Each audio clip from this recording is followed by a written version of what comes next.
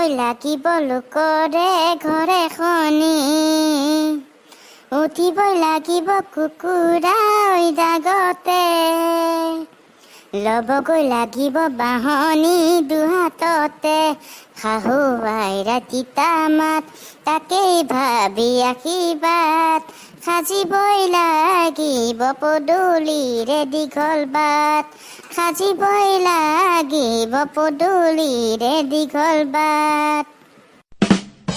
কেবাত কেবাত কেবাত মজা লাগিব বন্ধু গানটো শুনি। কুসুম দা গান হয়, বেয়া লাগিব নেকি আকৌ? ধুনীয়া হৈছে। অ বুদ্ধা, তই আজি স্কুল যাওঁতে ছোৱালী দেখি পাইছ নাই? নাই দেখা নাই নেকি? আজি নাই দেখা মই। আজি ই ছোৱালী দেখা নাই, কম ডাঙৰ কথা হৈছেনে? তই ঠিক কথা কৈছ, ই আজি ছোৱালী দেখি পোৱা নাই বুলি কৈছে। চাই ন। নমস্কাৰ ছাৰ। নমস্কাৰ। কি খবৰ তোমালোকৰ? ছাৰ বহুত ভাল। নিপু, তই মোক এটা কথা কচোন বাৰু। কি ছাৰ সোধক। যে বুট মটৰ পানীত ভিজাই থলে ফুলি যায় কিয়? ছাৰ মই জনাত বুট মটৰখিনি পানী খাই বাবে ফুলি যায়। পানীত যে মাছ আছে সেইবিলাক কিয় নুফুলে? ছাৰ মই সেইটো ক'ব নোৱাৰিম দেই। দে হ'ব দে, ঠিক আছে।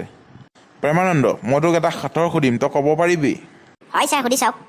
হাতেৰে ধৰে ভৰিয়ে মাৰে কোনোবা উঠিলে লৰ মাৰে। ছাৰ কি ক'লে মই একো বুজি নাপালোঁ, আকৌ এবাৰ কওকচোন। হাতেৰে ধৰে ভৰিয়ে মাৰে কোনোবা উঠিলে লৰ মাৰে। সেই বস্তুটো তয়ো ব্যৱহাৰ কৰ। কি বস্তু আছিলে ছাৰ মই নাজানো। ঐ মূৰ্খ, তই সামান্য কথাটোকে নাজাননে? চাইকেল আকৌ। ছাৰ মই ভাবিছিলে চাইকেল হ'ব বুলি, আপোনাক মই নক'লোঁ বুলিহে। দে হ'ব দে, ঠিক আছে। বুদ্ধা, হয় ছাৰ কওক। তোক মই প্ৰশ্ন এটা সুধিম, তই উত্তৰ এটা দিব লাগিব।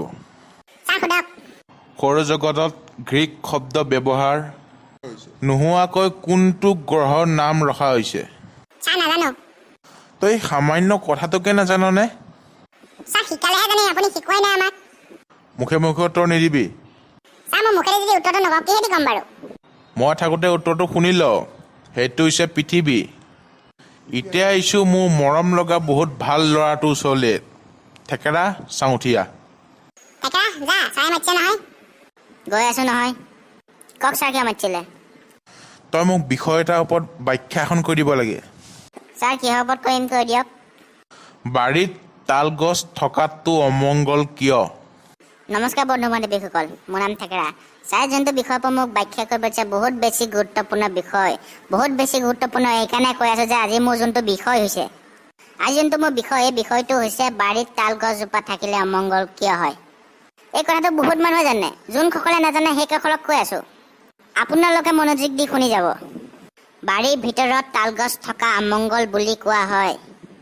ইয়াৰ কাৰণ এই যে তাল গছ যথেষ্ট ডাঙৰ হয়। বাৰিষা কালত তাল পকে। গছৰ তলত ল'ৰা ছোৱালী ডাঙৰ মানুহ যদি যাওঁতে পকা তাল সৰি আহি মূৰত পৰে, তেনেহ'লে বিপদ হ'ব পাৰে। আকৌ বাৰিষা ওখ গছৰ ওপৰত বজ্ৰপাত পৰে, তেতিয়া ঘৰ দুৱাৰ জুই লাগিব পাৰে। কেতিয়াবা আকৌ ওখ গছত শগুনে বাঁহ লয়। বাৰীৰ ভিতৰত তাল গছ থাকিলে তাতো শগুনে বাঁহ ল'ব পাৰে। সিহঁতে গেলা পচা বস্তু খায়। পোৱালিবোৰৰ বাবে তেনেও বস্তু আনে। তেনে অৱস্থাকৰ বস্তু বাৰীৰ ভিতৰত আনিলে অনিষ্ট হ'ব পাৰে।